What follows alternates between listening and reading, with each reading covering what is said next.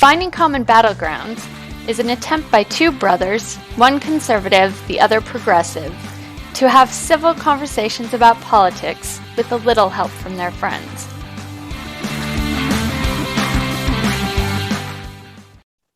Hello, everybody. Hey, welcome to another episode of Finding Common Battlegrounds, the podcast dedicated to civil debate from both the left and the right. We have our usual debaters, Ryan and Josh Cragen. Ryan is the progressive liberal. Progressive liberal, is that accurate? Progressive. Yep, progressive is good. Josh is the staunch libertarian. Yeah. Conservative. Yeah, okay. Tonight, we're going to be talking about Ukraine, of course, right? I'm excited to talk about this because we actually talked about this a couple weeks ago, just briefly, and now we're going to go into it a little more in depth. And what we're specifically going to talk about is how much should the U.S. be supporting Ukraine? Should they be putting troops on the ground, right? Should we go that far? But let's our sponsor, Lux Bidet. And we're all fans of bidets. We're a civilized podcast. It's a civilized way to clean your bottom, right? None of this paper stuff. Just clean it with water. So Lux Bidets, try one. We're getting the word out. I don't know if our podcast is doing any good, but we're getting the word out on bidets. One of my friends that listens to the podcast texted me this week asking me which model of Lux Bidet to buy. Like the warm water model with which model. So I walked her through the process. I'm not going to tell her name because I think she's buying it as a gift, but shout out to her. We're getting the word out, baby. Which one did you recommend? Well, I asked her if she could possibly plug a hot water line to it. And she said she could. So I said, absolutely. Get the hot water one. It's magical for the tush. You won't regret it. I think I already brought this up once, right? But I when I originally got mine, I didn't hook it up till there was just a cold water line, right? And I was like, oh, cold water, it's gonna be horrible. But the more I do it, it's fine. I liked it. Well, here's the thing. When I go to a drinking fountain, do I pour warm water or cold water into my mouth? Cold water, of course. So I'm gonna do it the same way. They aren't quite the same. I mean, anus, mouth, orifices. Not sure if I can really back up your take on that one. I just got used to it, and then it was like this refreshing wash down. Anyway, all right. We'll moving on. So format is both Ryan and Josh have prepared 3 questions for each other. They get brownie points from me for how many times they can get the other to agree with them. So we're gonna they've got those questions prepared, but let's give a little background first. So Ukraine, I think most everyone's familiar with this. 4 days ago, Russia invaded Ukraine. And this has been a huge international deal. And this is basically the first time we've had war in Europe since World War II. And by a major superpower, and the world has been very supportive of Ukraine to an extent, right? And so there's been varying degrees. Some countries are selling weapons to Ukraine. NATO, Ukraine is not a member of NATO or a member of the EU, but NATO has brought troops to the borders of Ukraine, but has not been inside Ukraine. So essentially we're like, hey, good job, good luck. And we'll sell you some stuff, but you're on your own. It's pretty much what we've done, where we're at so far. So we're going to talk about how far, what should we do? So let's just dive into it and get this debate going. Let's go with, now that I know, well, let's start with Josh's first question. So Josh, before I even say the question, do you want to? No, say the question. Okay. We'll go right to the video. Okay. And then I'll elaborate. All right. Ryan, this is Josh's question for you. Would you agree that Vizzini was right? Roll the video. It's The Princess Bride. It's the best movie of all times. And of course, Vizzini was right. Well, it's where I get all of my your quotes. All of my moral guidelines. Life wisdom. Yeah. Yes. It all comes from Princess Bride. It's from Princess Bride. Roll the video. All right. I am rolling the video. And I need sorry. And Tom was really confused by my question when I just sent it to him because he didn't know I was showing a video. I was. Here we go. You fool! You You fell victim to one of the classic blunders. The most famous is never get involved in a land war in Asia, but only slightly less well known is this: never go in against a Sicilian when death is on the line.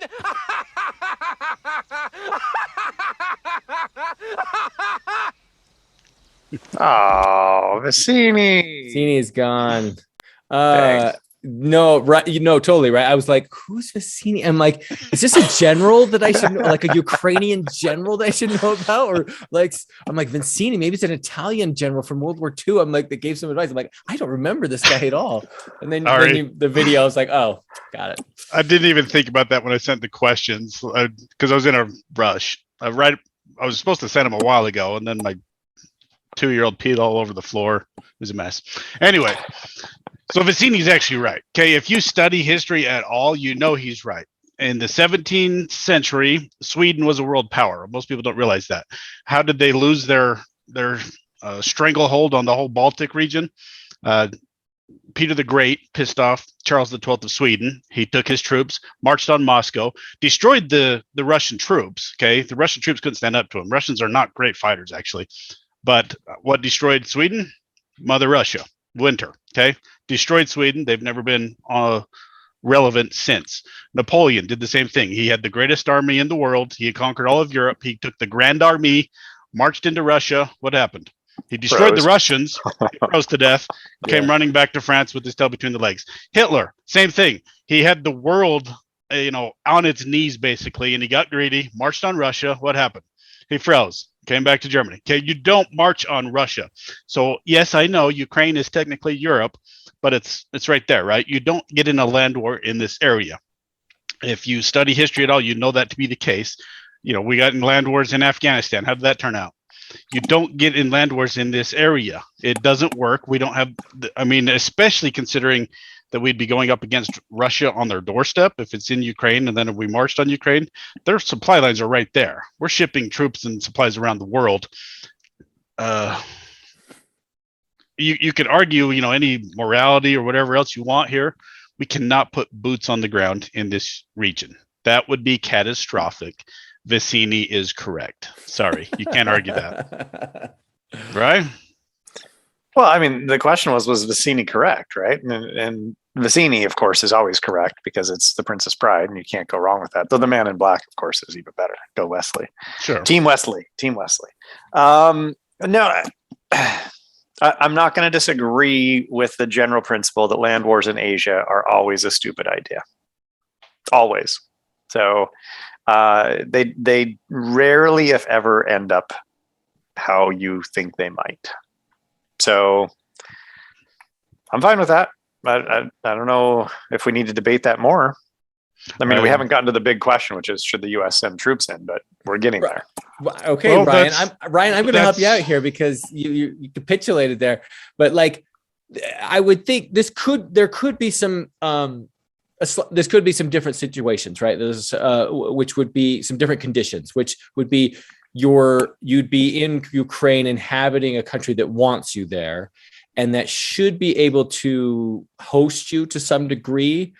And I would say, and the other thing is you're in Ukraine defending it as opposed to moving across Asia, right?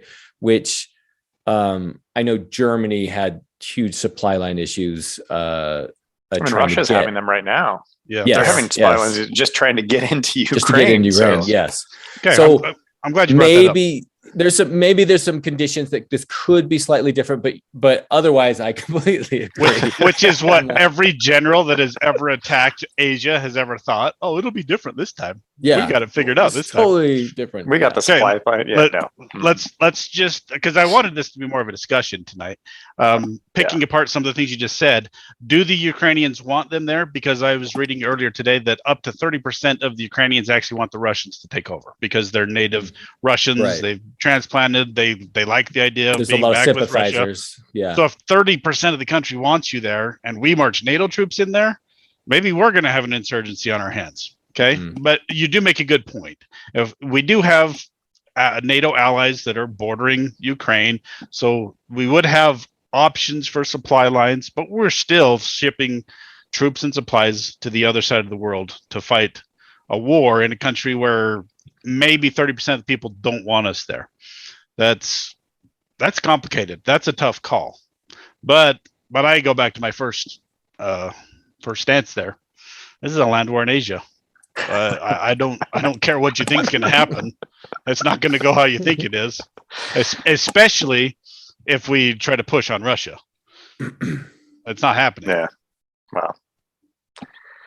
Okay. All right. That was easier than I thought it was going to be. Okay. I thought that was a softball. My first one is even softer. So just wait for it. Yeah. Okay. Here we go. Josh, can we agree that Ukraine is not part of the European Union or NATO? So, oh my gosh, I'm literally just like, can we just establish some agreed upon facts, right? So we agree that Ukraine starts with the letter U. Yes, I mean we're going, brass not tacks in Russian. again. Okay, so that's the first one, and Tom already said this, right? But Ukraine is not part of the European Union; they're not part of NATO, and of course, this I think same general premise. I'm hoping that this will be mostly a discussion tonight, because that matters, right? The fact that they're not part of the European Union and they're not part of NATO is part of the reason why we're talking about this issue in the first place. Can we also agree that Russia's military is better equipped than Ukraine's is? Okay. And then my last one, can we agree? So I'm doing like 3 questions in one, and I'm going to do this all night, so you can get mad at me later. And can we agree that Russia has invaded with traditional forces and Ukrainian soldiers and civilians have been killed? So those are my 3 questions for you, just to start with that. So this is just like facts. We're good. I agree with all those. Yes. We got agreement. We're agreeing on reality. Yeah. 2 for 2. Okay. That was a little too easy of a softball. The next one's a little harder, but we'll see. My next one's way harder. Ryan, the next question for you. Would you agree that we are in this current predicament because of blatant policy errors committed by the left? Okay, I try to be very partisan. You know that. I call out. I know I'm to the right, but I call out the right when I see bullcrap. Did you say I try to be very partisan or non-partisan? Okay, yeah. Shot myself in the foot right off the bat. Yes, you did. Thank you. I try to be very non-partisan, but I'm calling out the left on the huge errors that I've seen that have led up to this. Okay, so let's do it chronologically. So show video number 2. Sorry, everybody, I have a lot of videos today. And I'm just going to point out some of the errors that I think the left has committed that have led up to this, because I think this could have probably been avoided. So show video number 2. This is going to get to my second point too. All right. Just going right along. Oh, I knew it. Okay. Yeah. Well, as soon as I saw it, I knew it. Governor Romney, I'm glad that you recognize that Al-Qaeda is a threat, because a few months ago, when you were asked what's the biggest geopolitical threat facing America, you said Russia. Not Al-Qaeda, you said Russia. In the 1980s are now calling to ask for their foreign policy back, because the Cold War's been over for 20 years. So funny. But Governor, when it comes to our foreign policy, you seem to want to import the foreign policies of the 1980s, just like the social policies of the 1950s and the economic policies of the 1920s. Governor Ron. So I remember, I just saw, of course, people have been bringing this up. Which, okay, fine.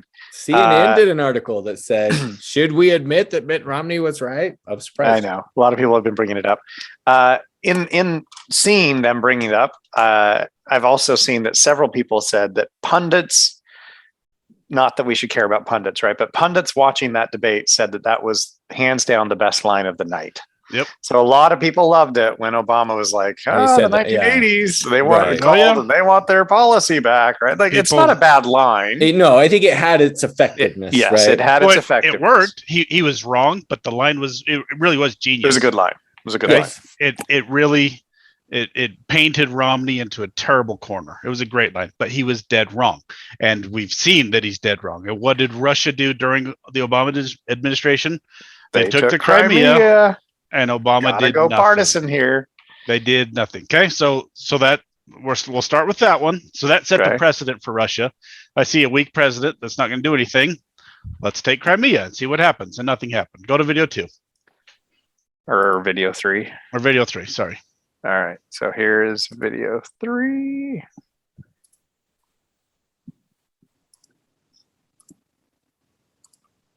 make sure we're good.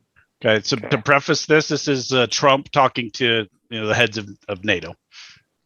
How much of this are we watching? It's very Just like a minute. sad when Germany makes a massive oil and gas deal with Russia, where you're supposed to be guarding against Russia, and Germany goes out and pays billions and billions of dollars a year to Russia. So we're protecting Germany, we're protecting France, we're protecting all of these countries. And then numerous of the countries go out and make a pipeline deal with Russia, where they're paying billions of dollars into the coffers of Russia.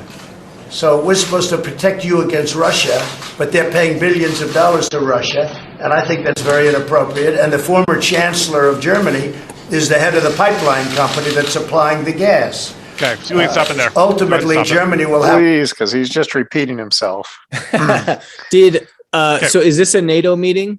Yeah, there's a NATO meeting, I think 3 years ago, and Trump's dead on here. Okay, he's telling these guys, you guys want to make this huge multi-billion-dollar deal with Russia to get energy from them, and you're going to give them billions of dollars, but you're telling us, the Americans, that we have to protect you from Russia when you're funding their military? What are you guys doing? Okay, and he is dead on there. You can't argue that, because that's the exact situation we find ourselves in with Ukraine. Germany doesn't want to cut off Nord Stream. Europe doesn't want to cut off. They did. Kudos to them. We'll see how long they last. Kudos to them. But that's the only thing that's going to hurt the Russian economy. We talked about this last time, right? Well, we did freeze their assets. That was something that I didn't realize we could do. So we froze some. The big one. So I saw this. Putin has amassed basically a war chest of like $600-something billion, like in reserves. 2/3 of that. Yeah, and then a lot of that was being held in foreign assets, like foreign currencies, and the European Union froze it all. So his war chest basically got taken away from him. And I was like, whoa, he has a lot of it in China. He has about a third of it in China, so he still has a lot of money there. But this was the big deciding factor, right? And so you look at Europe. Why are they so dependent on Russian energy? It's because the leftist environmentalists, the environmental lobby, which is left, that's the left. They have closed down all of the nuclear power plants in Europe. So, and they've moved to solar and wind power, right?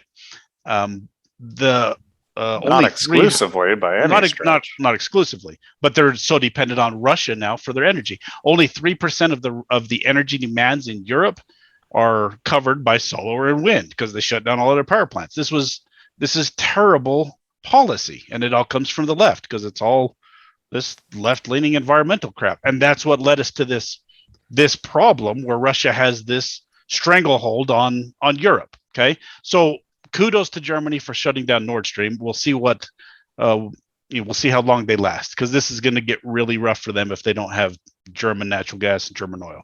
And Biden did, I'm going to take a cheap shot at Biden here. He did, the first week he was in office, he shut down the Keystone pipeline and a couple other pipelines, and promoted Nord Stream or whatever he did. I'm not going to get too far into that. I don't think he promoted Nord Stream, but okay.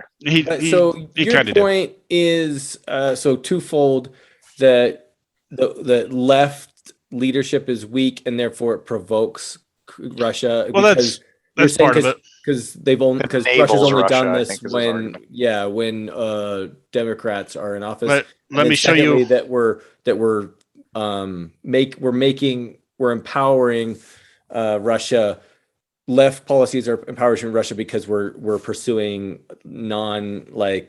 oil and gas, non-fossil fuel. We're like shutting down fossil fuel energy sources. All of that's accurate, but I'm saying there's been a cascading failure of bad policies that have led to Russia having this opportunity. Okay, if they didn't have this stranglehold on European energy, then the whole world would just be like, oh, this is easy. We'll just shut down your economy. But they have this pipeline. We talked about it last time. If Germany didn't shut that down, then Russian economy it hardly suffers from sanctions, because we've already been sanctioning their oligarchs.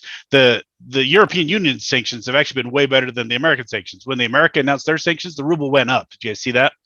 Because the sanctions weren't bad. They just, the oligarchs that they sanctioned, most of them were already being sanctioned. So I read something that our sanctions are actually not affecting oil in that they're still able to sell oil. Yeah. And which is something like 80% of their Revenue. income from Exactly.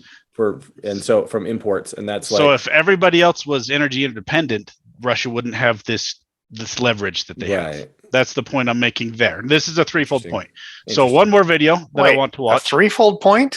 You hypocrite. Oh my gosh. This is my only one. And I purposefully made my other 2 points very brief and funny. Although I do have a bonus point at the end, which is also you guys show the next video. Multi-points.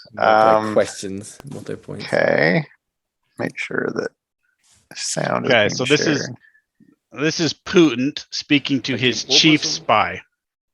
Putin speaking to his chief spy. So sorry, everybody that's listening to this on a podcast. I hope you know Russian. What? There's no translation? Not to English for. Oh, great. It's in Russian. Let me turn those off. I would like to agree with the suggestion of Nikolai Pavlovich that we can give our Western partners one last chance.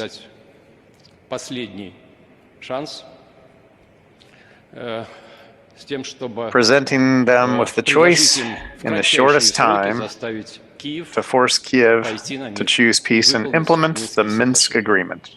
In the worst case, we have to make the decision we are discussing today.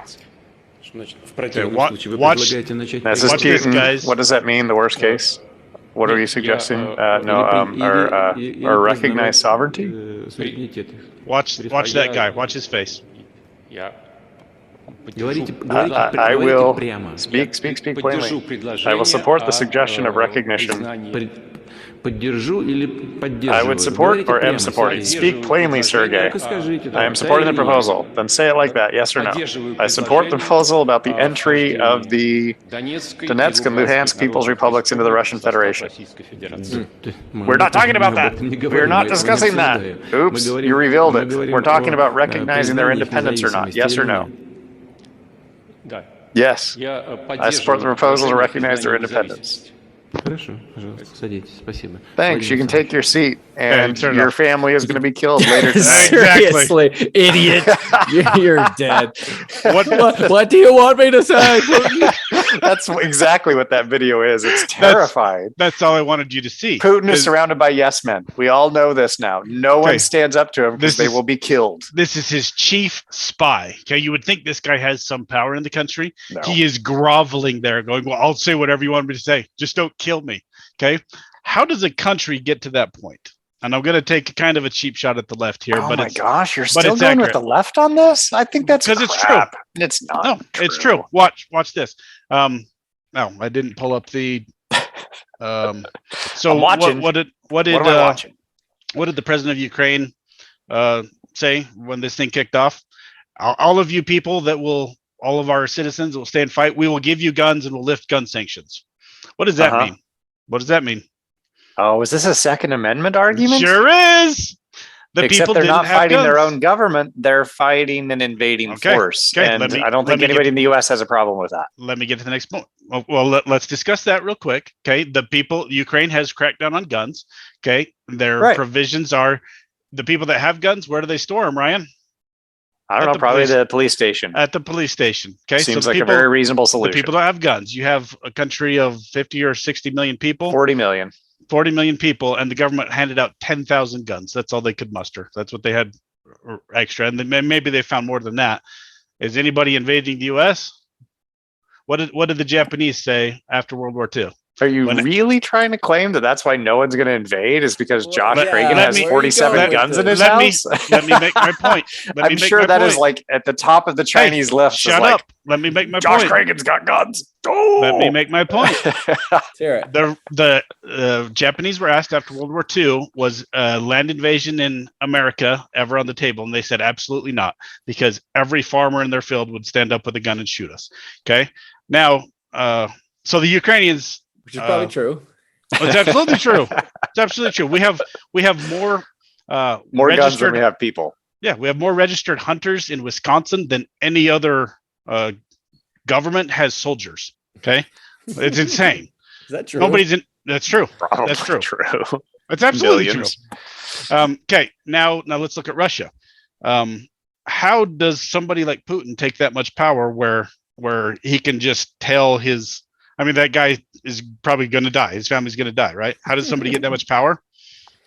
They take all the guns. What do the gun laws in Russia look like? I don't know. I looked it up. It's actually kind of hard to track, but it looks like less than 3% of the population have guns. Okay, if more people in Russia had guns, because there's hundreds of thousands of Russians out in the streets right now protesting the war. Can they do anything? No. They're just getting arrested. They're getting shipped off by the police. They're getting sent home. They're getting tear gassed. They can't do anything. How are they going to get rid of Putin?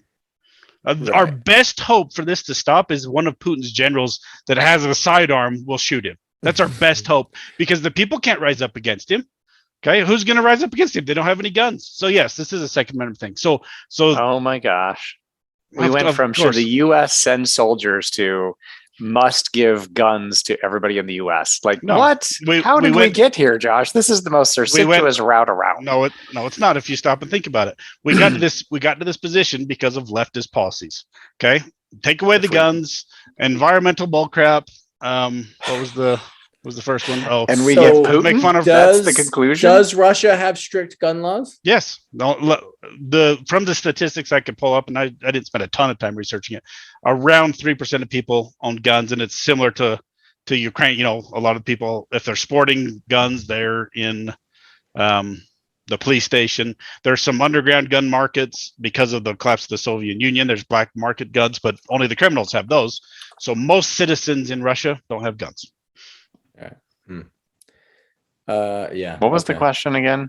So This is all the left's fault. Yes. This is all the Is- left's fault. has leftist policies enabled this?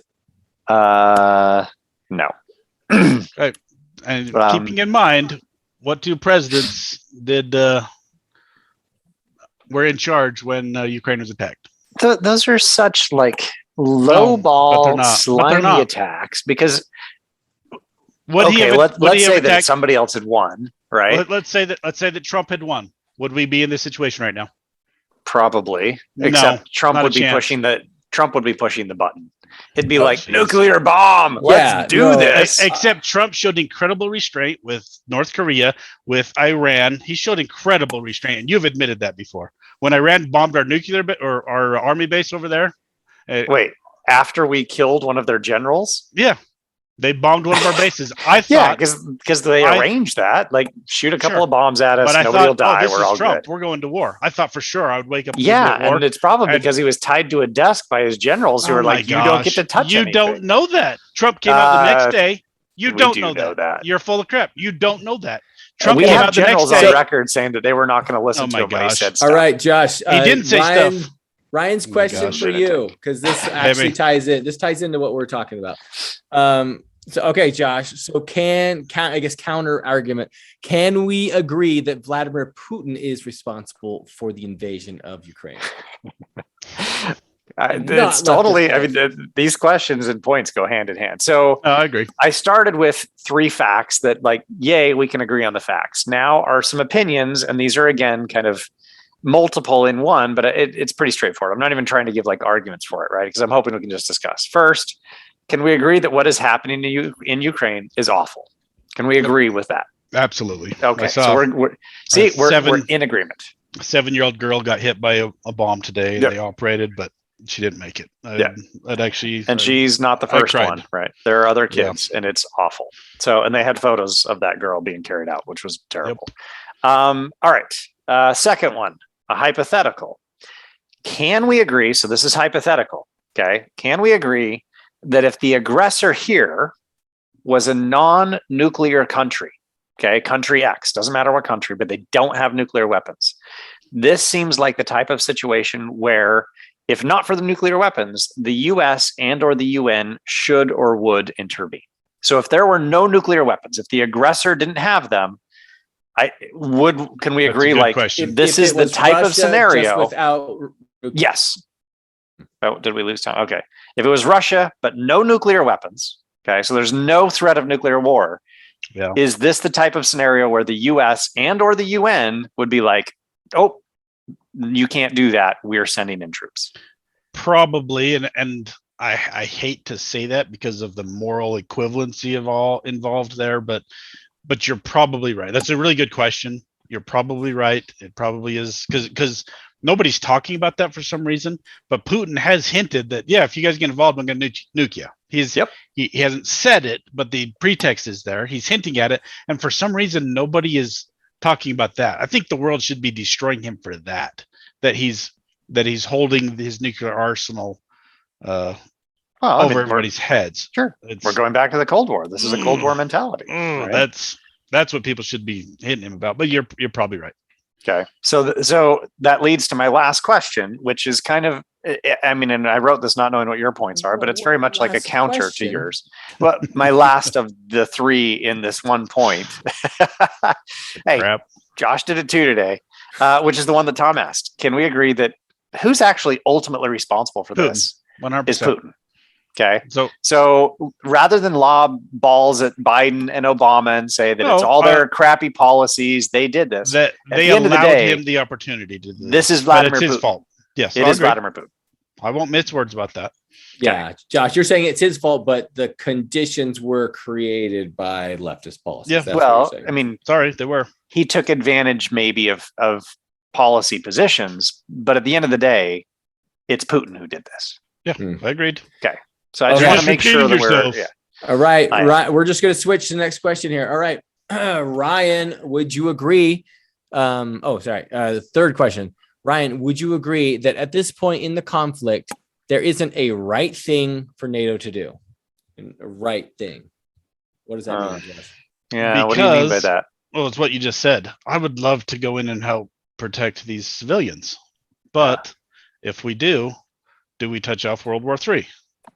I mean, and again, you're going to have people in America on both sides of the issue. If we go in and help, some people will be like, good. And some people will be like, what are we doing there? Right. So who gets to decide what the right thing is? This is really hard. It's really complicated. The politicians are going to be looking at the upcoming elections. I know, instead of thinking about the right thing to do. Yeah. But again, reelected. Well, look back at our Afghanistan podcast. A lot of people want to put a number on what it means to police the world and go and help people that are less fortunate, whereas others, and I'm in the camp of the others that are, if we have the capability to help somebody, we should help somebody. Yeah. But this is complicated because if we do, is this nuclear war? Is this World War III? What is this? That's the concern. So, and we can discuss this here.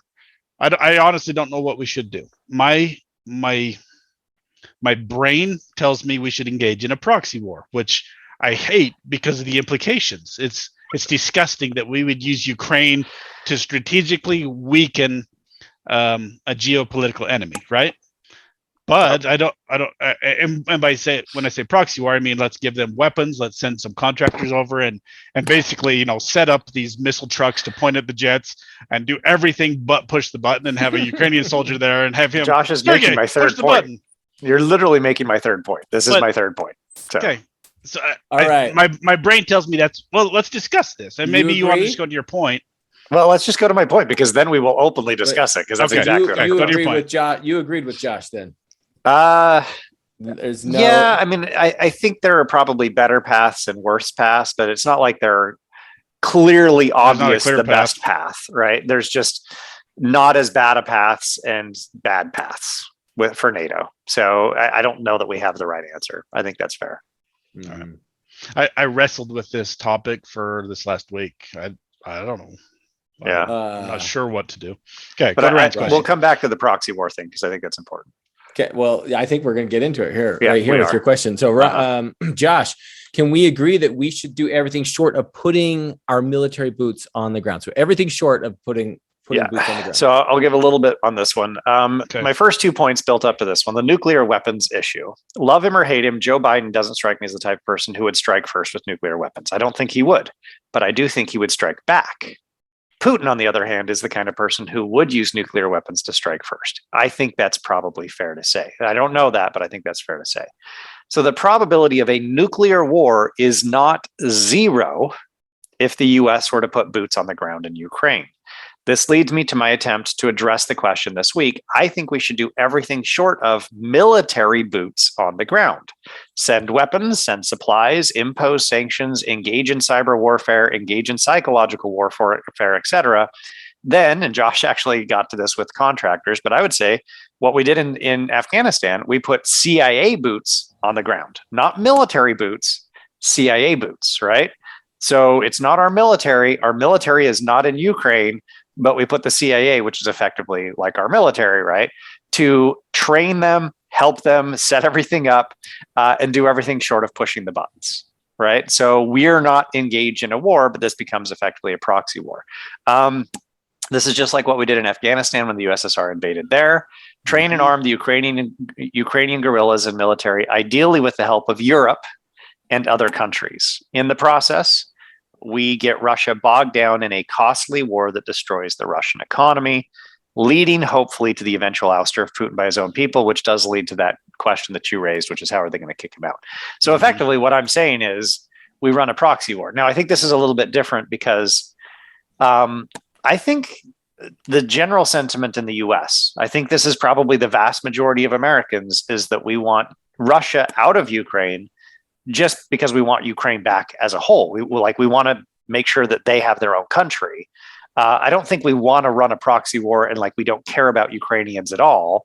And I don't know if I guess, we kind of lived through Afghanistan as well, but I was young. So I don't remember American sentiment during that, right? Did we care about Afghanistan's or was it just screw the Russians? Have you not seen the second Rambo movie? He was out there tossing goats around with the Taliban. He cared. Okay. I was 8, right? So I was not aware of geopolitics at the time. That's about all I remember of the sentiment was that Rambo movie. So I don't love the idea of proxy war, and I think that's a useful discussion point. It's the morality of it that really bugs me. I think politically it makes sense, rationally it makes sense, morally it really bugs me that we would use the Ukrainian people like that. But what else do? We risk World War III or we ignore them.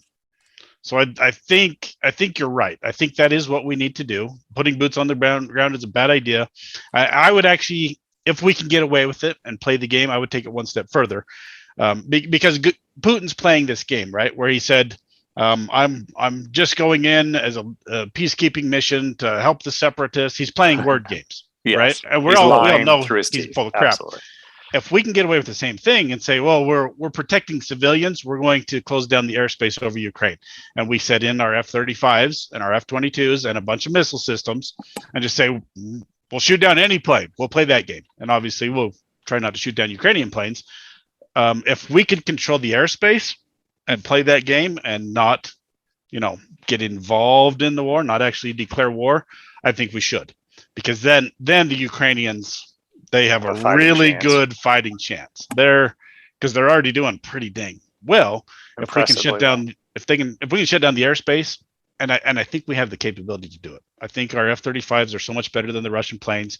If we have the bases close enough in those neighboring NATO countries, I think we could do that. But I actually agree with you. We're going to have to fight a proxy war here, but it's ugly. It's ugly.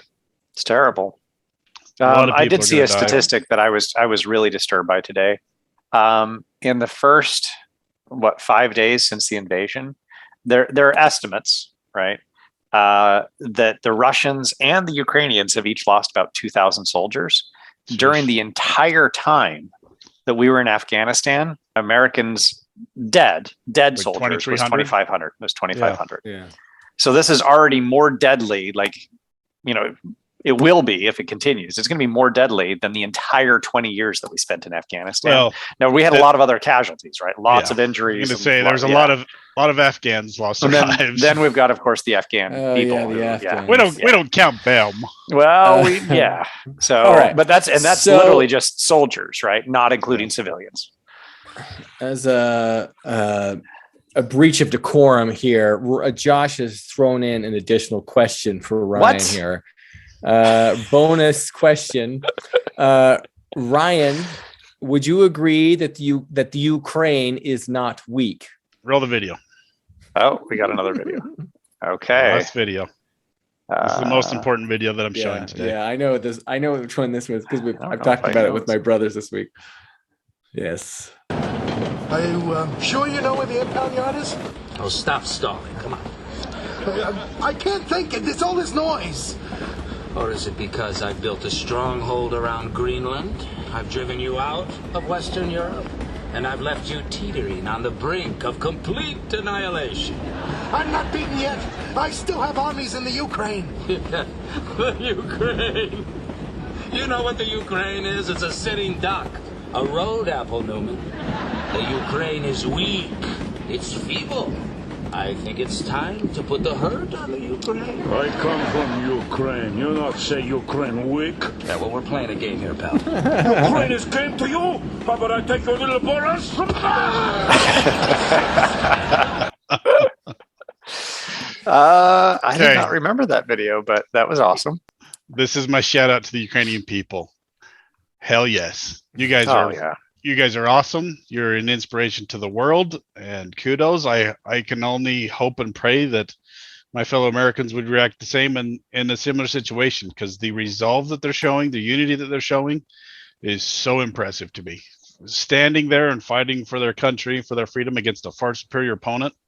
Hats off to you guys. And I think unless Putin just goes crazy with killing civilians, which he might, they're going to win, because from what I can tell, the Russian soldiers don't really want to be there. Right. So if they can continue to demoralize the Russian soldiers, these guys might just pull it off. And I hope that it's at least on the table. If Putin just keeps cluster bombing cities and civilian populations, I hope NATO will actually go, okay, enough's enough. Because that's kind of the American spirit. We don't like wars. We don't get involved in wars until somebody, Pearl Harbors us or 9/11's us, and then we go, okay, now you're all dead, and then we get really mad and we go ballistic for a couple years. That might be what has to happen. 20 years. Well, see, that was the thing. We went ballistic for 2 years, and then everybody after 2 years was like, "Oh, I'm so sick of this." But then we were already mired in there because we had boots on the ground. It was a disaster. That's the problem. If I hope that if Putin does go crazy and continues to bomb cities, I hope the rest of the world goes, okay, enough's enough. Let's go in, because that's disgusting. And that does give us a pretext for going, no, dude, we're getting involved because you just blew up entire city blocks. And that's what he's doing. He's bombing civilian populaces with cluster bombs. That in my mind gives us plenty of pretext, and should give the world motivation to get fired up for the fight, because the U.S. doesn't like to get fired up for these fights. We have to see blood first, and then we go, oh, maybe we should get involved. Is that your final? It sounds like your final parting thoughts. Mostly, it was just a salute to the Ukrainian people, but yeah, I don't know what to think. This is a really complex geopolitical situation. I hate to see civilians getting killed by this piece of crap Putin. I hope one of Putin's generals just gets sick of it and puts a bullet in the back of his head. I'm all going to pray that that's what happens. I don't know if God answers those kinds of prayers, but I hope he does. But if Putin keeps blowing things up, I don't want to put boots on the ground, but I think we should just unleash the fighter jets and our Navy and missiles and start blowing his crap up until he takes his toys and goes home. But it sounds like you said if there was egregious attacks on human rights violations, then you would support moving in. What else can you do? He's blowing up civilians. He's blowing up little kids. And I hate to say that, because we have no... Why is the U.S. the world police? It's so weird. Right. But then you look at World War II. Again, you go back to history. Nobody did anything when Hitler and Stalin started taking over Europe. And France and Germany, France and England were like, we don't want to get involved, until he took over France. So eventually you got to stop these guys before they wreak too much havoc. They don't stop. He invaded Poland, and then they declared war on him. But what have you guys heard of Pax Americana, right? Uh-huh. Yeah. That's the idea. Pax Americana is the idea that that America is the policeman of the world, and that while we have a large military presence, we sort of keep the peace, right? There has been peace, relative peace in the world because of America's strong military, which is weakening. I would say it's sort of, I think we're kind of entering a new phase. But Ryan, right, final thoughts? Are we doing final thoughts and then Tommy's take? Yeah. Oh, okay. Unless you want to do it the other way.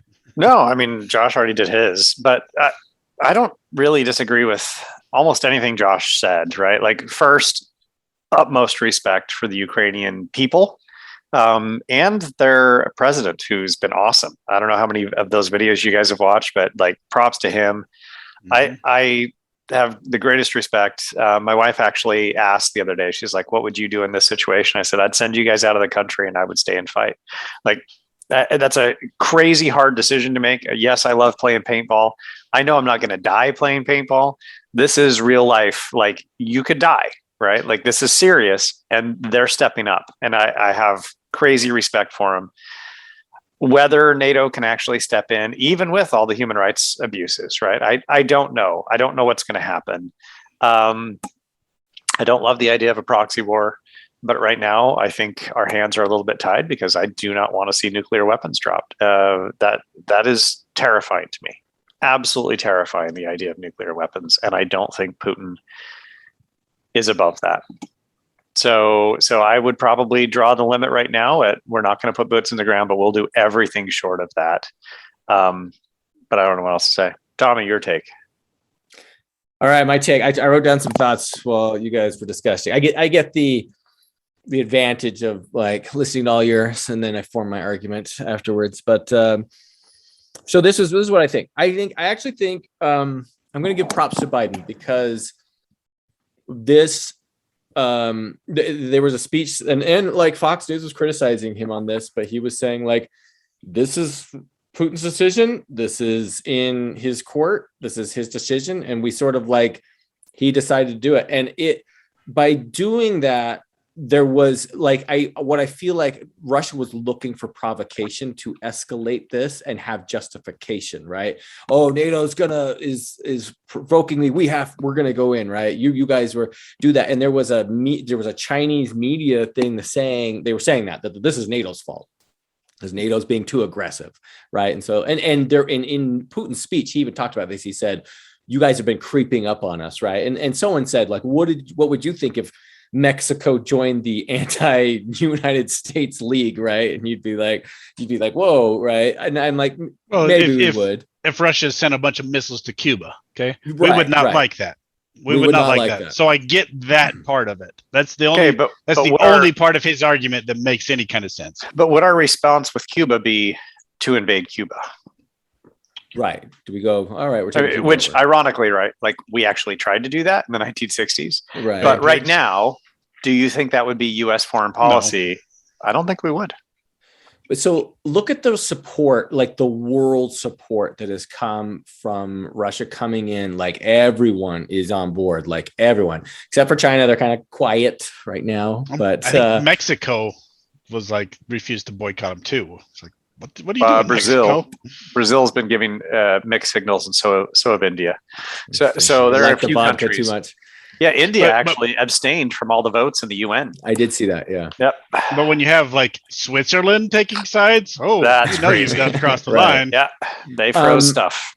So this is so here's I'm kind of, there's a number of different things here, but so I do think this really puts it into like everyone is kind of coalesced and galvanized around Ukraine because this was just so unprovoked, right? It was like Russia's doing this and we were like just stood back and we'd like, here's the line and you crossed it, and it's like it's kind of on you.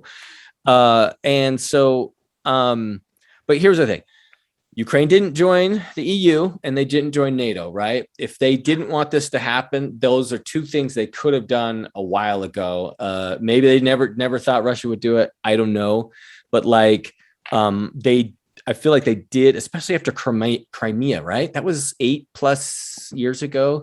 And it was 2014 that they never took like action from that.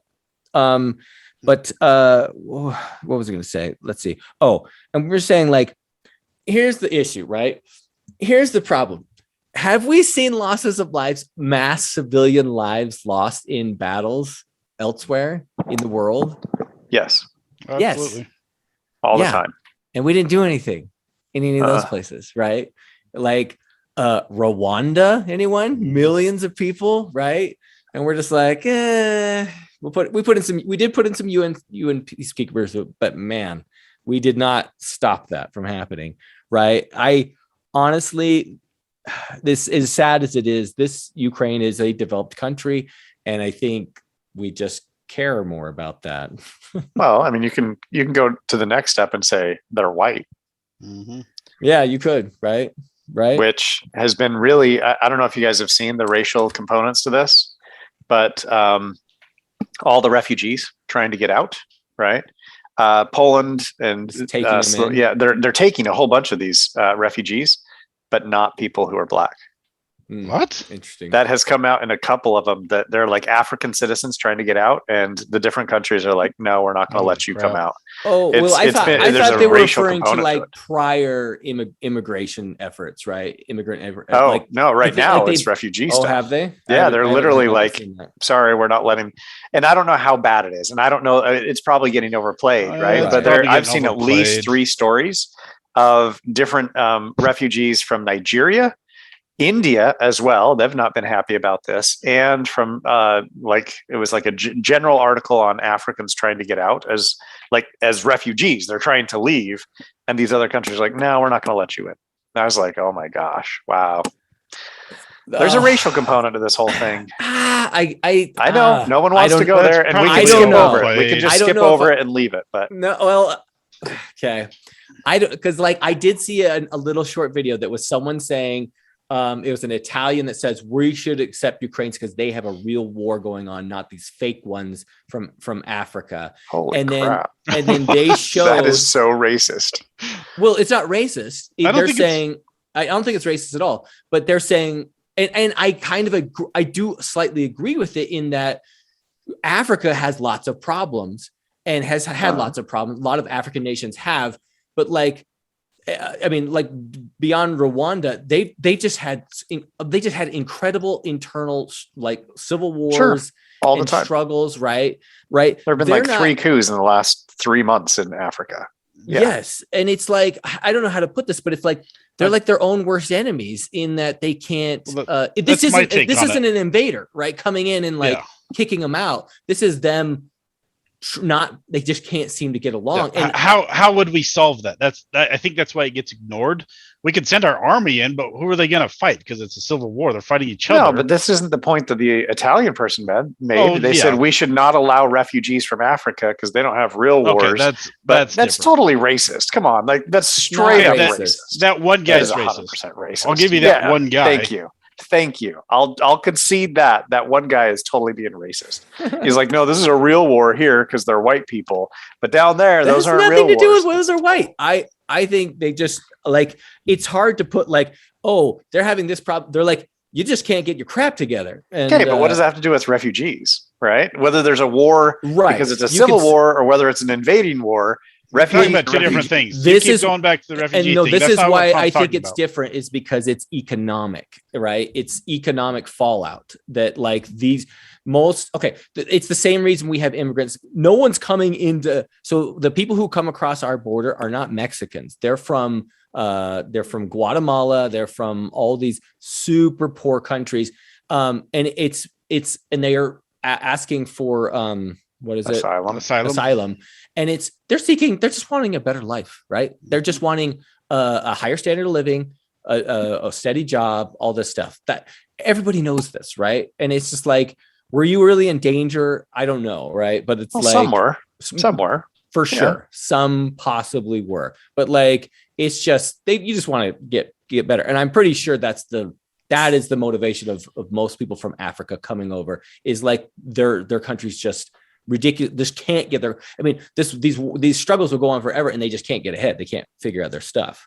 And like, that's why I think it's different, and that has nothing to do with race. It's just like, it's the I agree circumstances. With Tom. I think the left tries to paint everything with a racist brush because it helps your narrative.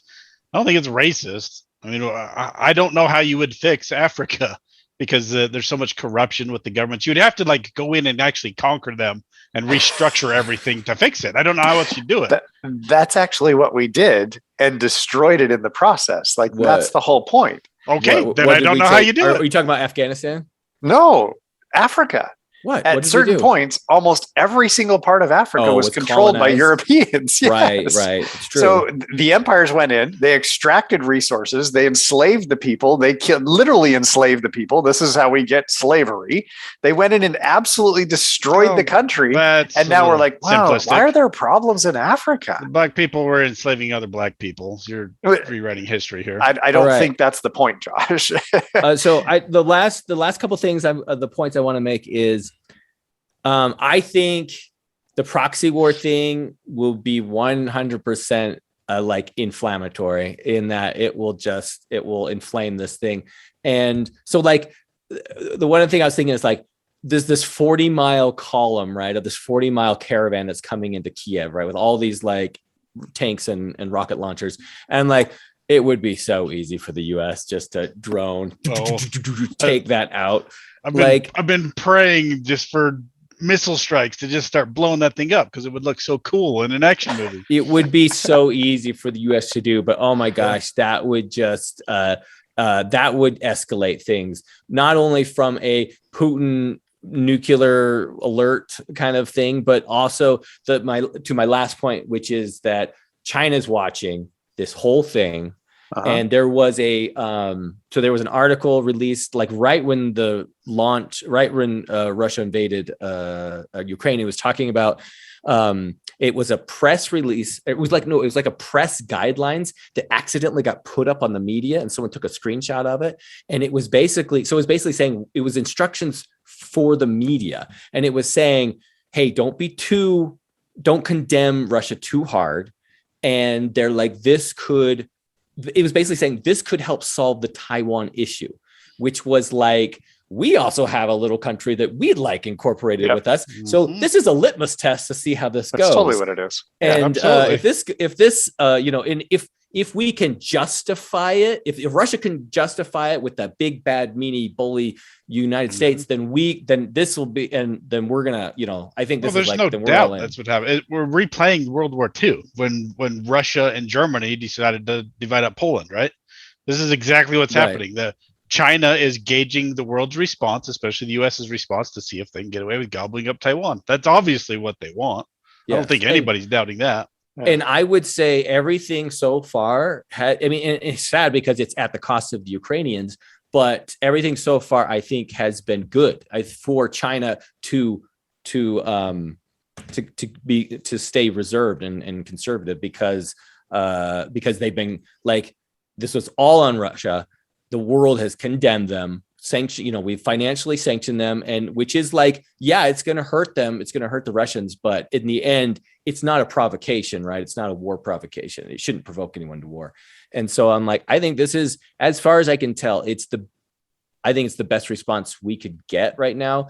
But again, unfortunately, it's at the cost of the Ukrainians. And like, I don't know how to say this, but it's like, I wish, if they were worried about this, I wish they'd join the EU. I wish they joined NATO a few years ago. I think they tried. I think they did actually put in to become part of NATO when they were, NATO didn't actually allow them in, but they it just like waffled and nothing happened. I read something that they tried. Well, I asked this, I was like, why didn't Ukraine join? I was just like Googling it. And I had heard that there was meddling by Russia make sure it didn't happen. And I saw that both countries are meddling with the governments and toppling the other's regime and instilling their own government. So there's been a lot of proxy wars already being fought there. So on a political, these poor Ukrainians are just pawns with greater geopolitical powers. Yeah. It's sad. So, but I mean, interestingly, so Lithuania and Estonia, right? So it's Estonia, Lithuania, Belarus, and then Ukraine. The two top ones are members of NATO. Yeah. Estonia and Lithuania are both members of NATO. They started sending supplies and weapons and stuff before the U.S. did, long before. Yeah. Those two, if I remember right. They're like, there's a brother here. We gotta, if Ukraine goes, we go next. Yeah. Well, so that, Because the second that Russia puts a boot in the ground in Estonia, NATO is legally, we're obligated to now step in. So True. Estonia and Lithuania have the backing of NATO. This is why Ukraine is in this weird exception point, and that's why I brought it up. Is this is why we can't if it was a different circumstance, right? If it was Estonia, this would already have been decided, right? Like we are required to go in and defend them. Ukraine is in this really weird bubble where they aren't part of NATO. They aren't part of the EU. What do we do? And Putin has already said, let's raise the alert level for our nuclear arsenal. And I'm like, oh my gosh, is he really going to do this? Is he really going to do it? And I don't know, maybe it's just me. Maybe I'm, too freaked out about this and I shouldn't be. Right now, I'm trying to decide where he's going to nuke first. Oh, really? Yeah. That's the question that's in my head, because he's going to lose. Like, he's going to get super frustrated because right now the Ukrainians they're amazing, right? Like, they're doing a great job. And the rest of the world, with, some some big exceptions, has basically come to the backing of Ukraine and said, like, no, we're going to cut Russia off. We're going to hurt them as bad as we can financially. We're going to do everything we can. Putin's not going to be happy with this. Right. I think at some point he's going to start escalating. And he's going to escalate up until he gets to, whatever their equivalent of DEFCON 5 or whatever it is, right? Like, he's going to get there, and he's probably going to do it. He's probably going to launch one. No, I actually agree. Here's what I think. I think this is what I think will help play out. I do not think, if we do not intervene, so this is if, then I think this war is about to get uglier, much uglier. And I don't think the Ukrainians will win. And I think Russia will take it and he'll get what he wants and he'll be under, but he's going to pay a pretty penny financially, like their economy, to the extent that it might, the Russians may do something about it, right? They just do something to Putin. But I agree. If we jump in, I do think because we could kick him out and then Putin will be a poor loser and will be like, fine, I'm taking my toys and I'm pushing this red button. Josh, what were you going to say? That'd be pretty wild. I kind of agree with both of you. I don't think he has a choice. He's played his hand. Yeah. So if he doesn't quickly take Ukraine, he's going to be backed into a corner. He can't go back to Russia with his tail between his legs because he'll lose all of his gravitas and power. And people go, oh, he's not the leader we thought he was, because some Russians do really like him because he's this big, powerful, bad mama jama. If he gets his butt kicked, he loses all his power. The pictures of him with his shirt off. I was reading these articles about like Russians are like, whoa, he's tough, right? Yeah. He's a tough dude. He's a leader. That's my president. You've seen him play hockey with the national team every year, right? No. They always let him score like 3 goals, but he goes out on the ice and like plays tough, right? Those guys could clobber him. One good check and he'd be out, right? But they let him go out and score like 3 goals because he's the president of Russia. It's all this, machismo thing that he's the bomb. Have you guys seen that? The Borat movie, Sacha Baron Cohen, where he's playing the dictator, where he's in a race. I haven't seen it. And they're doing like 100-yard dash, and he pulls out a pistol because he's the president, the dictator, and he just starts shooting the other guys. He uses it as the start time, right? That's right. Yeah, and then he's running with it. And if they get ahead of him, he starts shooting them. Yeah. Where was that video? Josh, come on. I should have. But no, I think he either has to win quickly or he's going to be bogged down in an insurgency, and that's going to very quickly lose steam with the Russian people. And if his options at that point will be escalate this nuclearly or, go full total war on Ukraine and just destroy everything, or the Russian people are going to have to oust him somehow. And that's why I'm hoping that happens. I hope the Russians pull their heads out of their butts and get rid of him, because I think a lot of them don't like this. And I think a lot of the generals over there are smart enough to realize this is going to go nuclear if this guy just keeps going the way he's going, because this war is not going to be over as quickly and easily as he thinks. Because they're already getting bogged down. They're already losing morale, and they're only in the beginning stages of the offensive. Yeah. They haven't taken the 2 cities that they're aiming for right off the bat. Kiev and what was the other one? Kharkiv Anyway. or something. Yeah, Also Kharkiv. starts with- yeah. So yeah, I agree. This could get ugly, but It will. if he's I dumb mean, enough to go nuclear, With the Honestly, Czech- that's my question. Now, I'm literally wondering, where is he going to nuke? Because I think what he would do, I know we're way off in the weeds at this point, but he would only do one first, right? Because he's not going to launch his whole freaking arsenal, right? But I don't know that he would go to the U.S. I wonder if he would actually nuke part of Ukraine, or if he would nuke if I somewhere can't have in it, Europe. Yeah, no one can. these are the questions that are going through my head of No. okay, where would Putin psychologically try and nuke? Washington. what would make sense? He would You send think he would several go for nukes the to US? Washington. Why would he do Washington? That doesn't make sense. Because if Why? he does the Because US, it's symbolic. that is guaranteed nuclear mutual war. annihilation. It's mutual. Sure. Yeah, it's mutual annihilation. But if he nukes Ukraine, But he wants Ukraine. but if a he nuke can't is have not it. going to wipe out the whole country. A nuke is going to wipe out a city. So Well, that's an idea. you see what I'm saying? That would be yeah. so this is bad. That would be bad. But this is where my brain is right now with Putin, that it's if he's not winning and he's not, I think everything Josh said is right. He wanted this to be a lightning offensive, right? That this is the invasion of Poland by Russia or by Hitler and Germany, where it's just they swoop in and in a matter of weeks, it's over. I think that's what he really wanted. Yeah. He's not getting it. And now we're going to destroy their economy.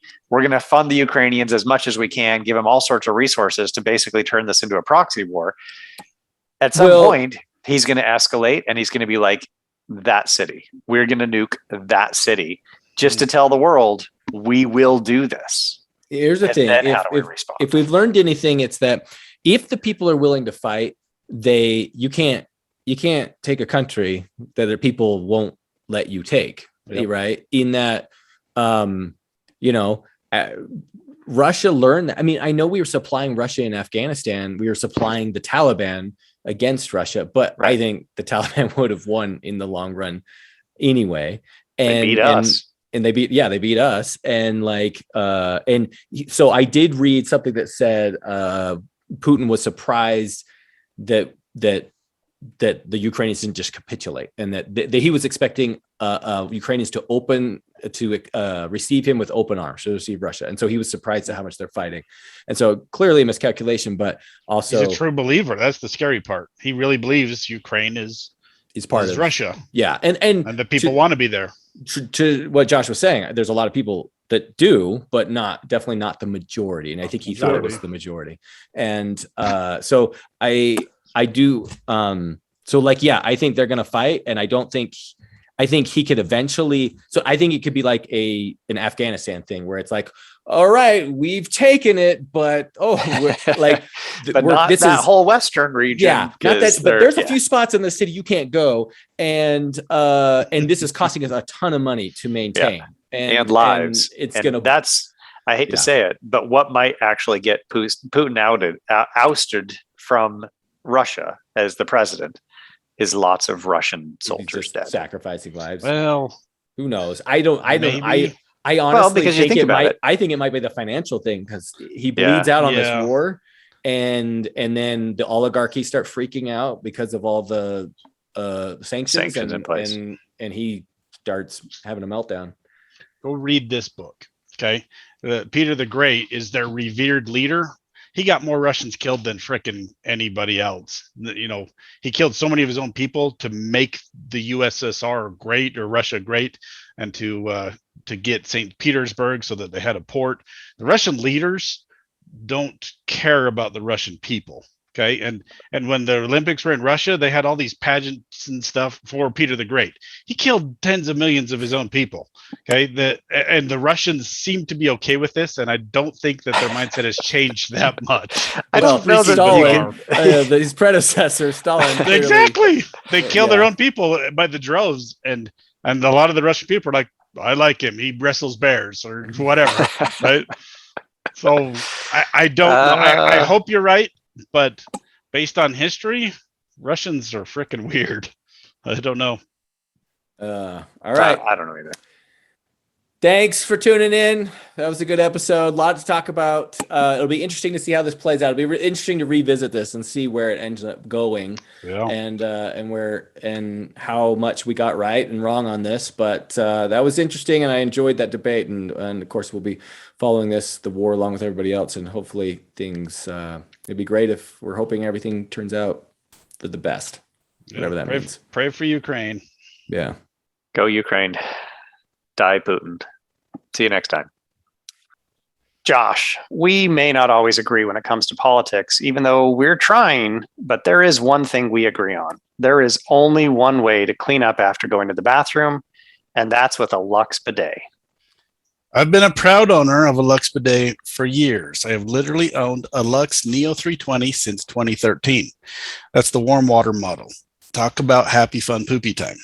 When I leave the bathroom, I know I'm clean and ready to talk politics in a civilized manner. Exactly. Using a toilet without a bidet is about as uncivilized as it gets. Civil conversations demand civil hygiene practices. And that is why our listeners should get themselves a Lux bidet. And just to be clear, Lux is not supporting one side or the other in this podcast. They support civil conversations and clean butts.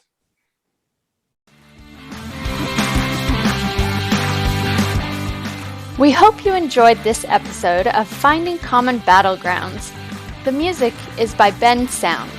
The views expressed in this podcast are those of the participants and not those of their employers. For more information or more episodes, you can find us at findingcommonbattlegrounds.com.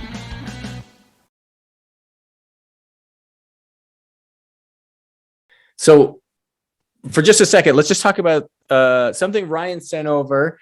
But this has kind of been in the news is Trump calling Putin a genius, right? And this is right at the initial invasion of Russia. I don't know if I can't remember if he's kind of walked back that statement or anything, but he was like, what a Not genius. really. Yeah. And like, why would he say something like that? I'm generally like a little flabbergasted that he would say that. And I know people have been like, see, he's in cahoots with Russia, right? And or Russia's got something on him that he has to support it. But I don't know. I wanted to get your guys' opinion on that. Like, you want to go first, Rye? Because I'm going to destroy that. Because you're going to destroy it. Oh, or whatever I say, you're going to destroy because you. So here, let me make Josh's. I'm going to channel my inner Josh. Trump is not the party. Trump is not all conservatives. He's out in left field or right field or whatever he is. So we can't take like whatever. No, I mean, and that's fine. You can say that, Josh. I think on this one, you're probably right that the vast majority of Republicans are like, I don't want to be near him. I still think he's prominent, but so be it. My take on it, and I saw this and thought it was actually really good. Sorry, Ryan, but this does feed into that idea, that thing we discussed on our previous discussion of like, I was like, is the right wing supporting Russia, right? And there is Ukraine, like, whereas the left is supporting against Russia, and they're more hawkish, right? And we had that whole discussion. Yeah. And so this supports that. This supports that. There is a small percentage of the far right who have, I wouldn't say. I think they've been misrepresented a little bit in the media. I wouldn't say that any of them are like, go Russia, destroy all the Ukrainians, but they are saying things like, I don't really have a bone to pick with Russia, right?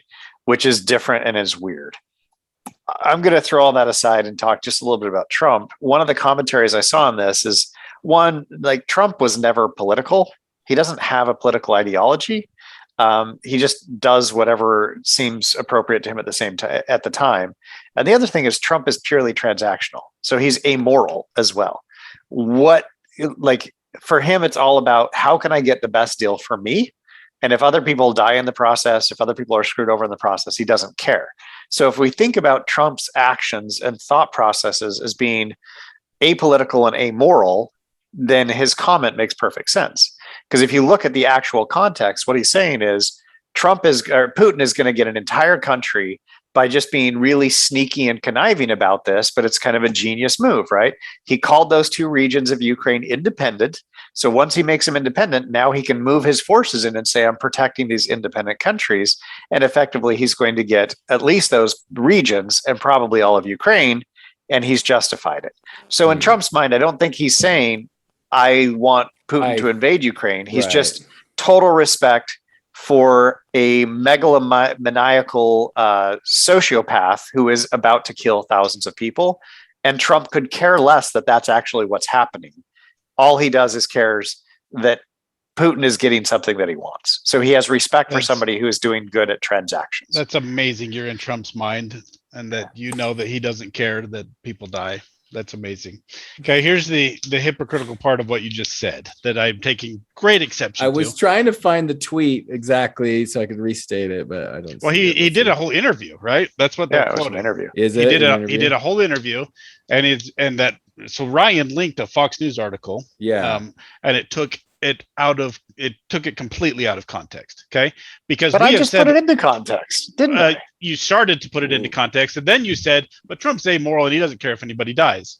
That is freaking ridiculous, and you're not in his head, and you don't know that because what proof do you have that Trump has no sympathy for anybody that's suffering or dying? None. Okay. Anyway, we have said on this podcast, I've said I have great respect for Putin. I've said that on the podcast several times, and you've agreed with me. Because how can you not respect somebody that is that dangerous and is that capable? Okay, the best villains in literature are the ones that are capable. They're the ones you respect. We respect Darth Vader because he takes over the galaxy. He's quite capable. I respect Darth Vader. I respect Putin, and what he's done. It is pretty freaking genius. He took the Crimea without firing a shot. How can you not respect that? It doesn't mean I like the guy. I want somebody to put a bullet in his head. Okay, so to take Trump that out of context when he's really doing there is taking a cheap shot at Biden when you go and actually watch the interview, because he's saying this wouldn't have happened under my watch because he is an egomaniac, but he's actually right. But that's an aside at all, but fine.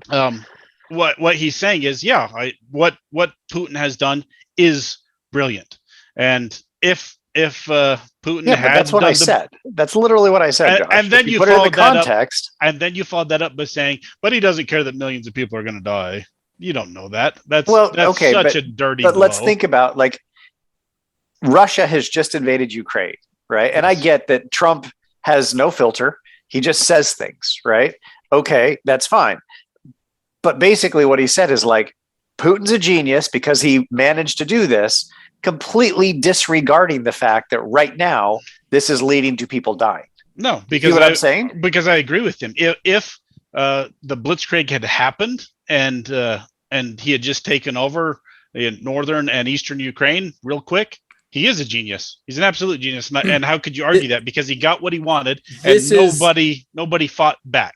Josh, this is like the same argument as Hitler and the Nazis. The France has the Maginot Line.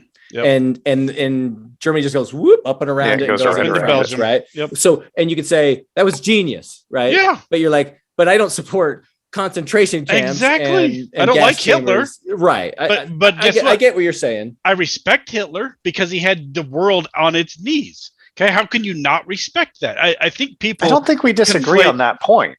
Okay. But here's the problem. People are conflating like and respect. Okay, and Trump obviously respects Putin. You take issue with that because you think he likes him too much and he wants to be him. And I don't think that's actually the case. I think Trump knows that he's a bad dude. He had a quote, I think, just today where he said, "I got along with Putin. I got along with Kim Jong-un, and he had one other douchebag. Oh, the Chinese premier." And he said, "It's better to get along with these people than to fight with them. Don't you agree?" And of course, the left is taking that as, oh, he wants to be one of them. I actually agree with him. He got along with Kim Jong. I always mix him up. Kim Jong-un. And we didn't hear about any potential, rocket attacks and stuff for several years. He got along with the guy.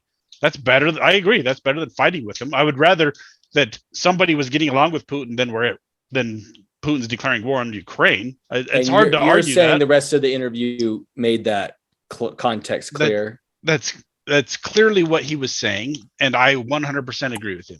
How do you not? Was Putin taking the Crimea? Was that genius? Yes. Sure looked like we've already You're right. We've talked about Putin is a smart that's guy. what he's saying. There's no question Putin's a smart guy. Yeah. So the worst thing you can the say optics of that, I mean, the optics of what he's saying of the statement when he's saying it, right? Like, come on. That is either he is just trying to hit, Joe he's taking a Biden cheap shot at low. Biden. I can say that like it just that is Hitler was terrible to genius 80 years after the war. Yes, going exactly. around the magical wall, but like the day that he's doing it, this guy's so smart. Don't you think? He's brilliant. Look at those ovens for the Jews, right? Like, what a smart guy. Very efficient. That's awful, gas chamber, right? Yeah, like. No, the optics are terrible right now. So it's of course I agree with your point. Because I agree with your point. Nothing Trump can do, you'll be happy with. You hate the guy. I can think of a couple things he could do that I'd be happy with, but I'm not going to say them on this podcast. Okay, so of course the optics are bad to you, just like everything Biden does is ridiculous to me. I mean, the guy can't even wipe his own butt. So that's why he needs a bidet.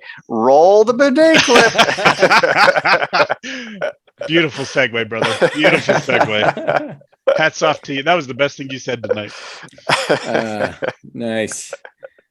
Yeah. So I to be fair, I didn't read the entire article, so I don't know the context. It does sound bad, but it took everything out of context. And then, so it talked about Trump, but it talked about some Republican lawmakers and politicians, and it was basically saying that they're pro-Putin, and they're like, it was intimating that they liked the invasion, which is so silly. They're just libertarians saying, why are we getting involved over there? Right. Which I largely agree with some of that sentiment. The thing is a lot. So this is what Mitt Romney said when he was running for senator and people were pushing him about Trump. He said, I don't agree with, I agree with actually most of the policies that Trump pushes. He's like, I just don't agree with like his candor and his personality. And I would say a lot. I agree with the same stuff. Like when he said, what was it? He said, we don't want people from crap hole countries, right?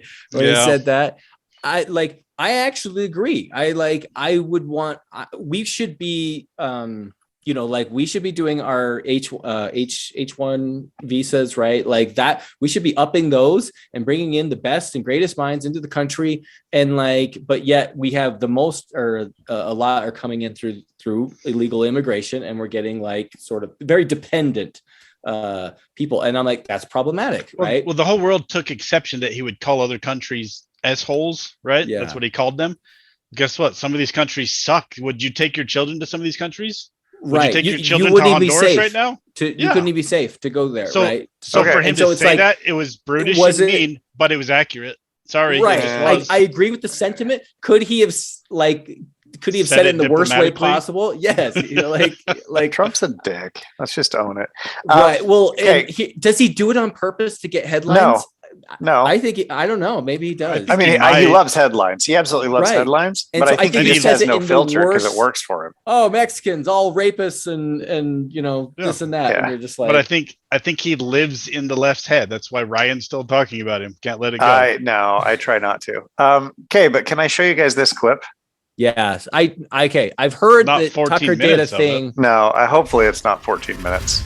And of course, there's an ad, so I'll get rid of the ad. But this clip has made a lot of it's gotten a lot of attention of Tucker Carlson basically saying, what's wrong with Putin? No, it's the whole thing. I don't want to do the whole thing. Good evening and welcome to Tucker Carlson tonight. Since the day that Donald Trump became president. Let me see if I can find the actual clip. Have you seen it, Josh? No, I don't listen to Tucker Carlson. No, I've heard about this, right? That he seemed sympathetic. Oh, it's what he says is like, that's over the top. Is it? Yeah. Let me see if I can find it real quick. And it was just super disturbing to hear it. Come on. Oh boy. Sorry, you can keep talking, but I genuinely want your take on this, right? So I'm not trying to pull this out as like here's a shot or whatever. Of conservative warnings about the turn threat off the posed view. by Russia. Putin never called me. Here we go. This is the clip. Has Putin ever called me a racist? Has he threatened to get me fired for disagreeing with him? Does he eat dogs?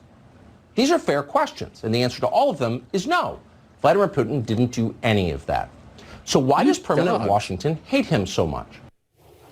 Well, sorry, I didn't mean to bring Whoopi into this. I'm just saying, like, that clip is super weird to me, right? Like, what is he trying to say here, Tucker Carlson? Where when he's did he like, say this? Was this? This is after on the his show. invasion? This is on his show. When did he say it? The day of the invasion. The day that it happened, he said that. And again, it could just be optics. We can just go with like, wow, these people don't know how to like be polite and politic and like reasonable. I need to go watch the whole clip. This could be taken out of context, but I'll give you the benefit of the doubt if that's the well, he basically turns it into a rant. He turns it into a rant against the woke police, right? So he's like, Putin isn't demanding that I have to do all these things that the woke police are demanding. So therefore, I don't hate Putin as much as I hate the libtards. That's literally the argument that he's making. And I'm like, that's really? Weird. Right. That's kind of an out of touch argument. Russia is invading Ukraine. And all you can say is, how can I turn this into a commentary on progressives?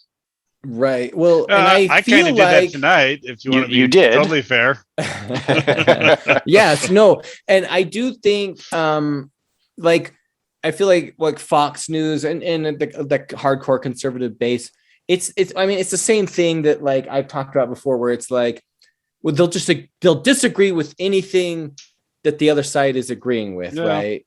And just to be contrarian, and even when it doesn't make sense. And I've talked about this about like the wall when we were going on about the walls. I feel like liberals are like, you want a wall? Oh, well, we don't want a wall. Right. And you're like, really? Like, it's like not that expensive. We can't just have a wall. And you're like, it feels like we're just fighting just to fight. Right. And I was watching Last Man Standing, the Tim Allen show, his sitcom, and he was arguing with his liberal son-in-law, and the liberal was like, "Oh, I don't like Obama anymore." That was during the Obama administration. He did this, and Tim, who plays the conservative, is like, "Well, crap! If you don't like him, then I have to like him just because now you don't like him." Right. Yeah, and I do feel like I can't think of any at the top of my mind, but I feel like this has happened already a couple times. People are just getting after Biden for anything and everything. And you're like, really? That's not really even an issue. Well, look what we did tonight. I took a big old swing at the left, and before we even started this, Ryan brought up, well, look at Trump. He likes Putin. Okay, we're doing it right now. Tucker just did it in a really distasteful, out of touch way, from what I can tell there. I'll have to watch the whole clip. Yeah, what he said was pretty ridiculous. If he didn't elaborate or have better context, that's super out of touch. But I mean, that's kind of his job, right? I wonder if it was right before the invasion, and now he's like, I hope so. As I was Googling this to find that clip real quick, it was saying like he's walked this back a little bit because the optics look terrible, right? Yeah, like they do. This really terrible timing to do something like that. But I agree. But that is, I mean, that's kind of his job, being a really far right leaning political commentator. You know what I think it is, Josh? I think it's like, oh, it's a light news, it's a light news day. Like, oh, maybe we need some content, and I feel like sometimes they just scrape the bottom of the barrel of like, and this is the lightest thing to be outraged about. And I think the left and the right both do this, and it's just like, really, like this is on your list of outrage items. I'm like, yeah. So I just feel like when I read that Fox News story that Ryan said that there's a portion of the right that are supporting Putin.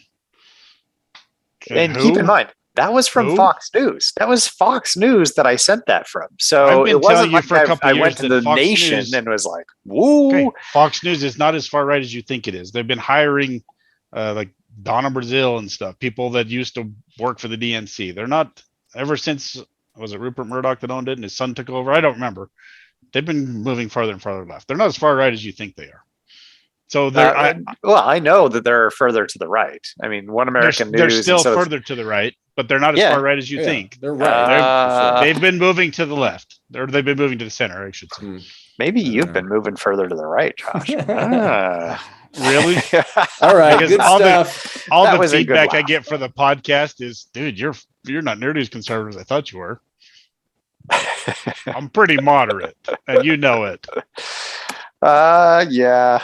I think that's true. I'm not ashamed of being on the right. All right. Good discussion. Good discussion. All right. We're done. We'll talk. Yeah. That'll be fun. We'll talk about some more stuff next time. I enjoyed that though.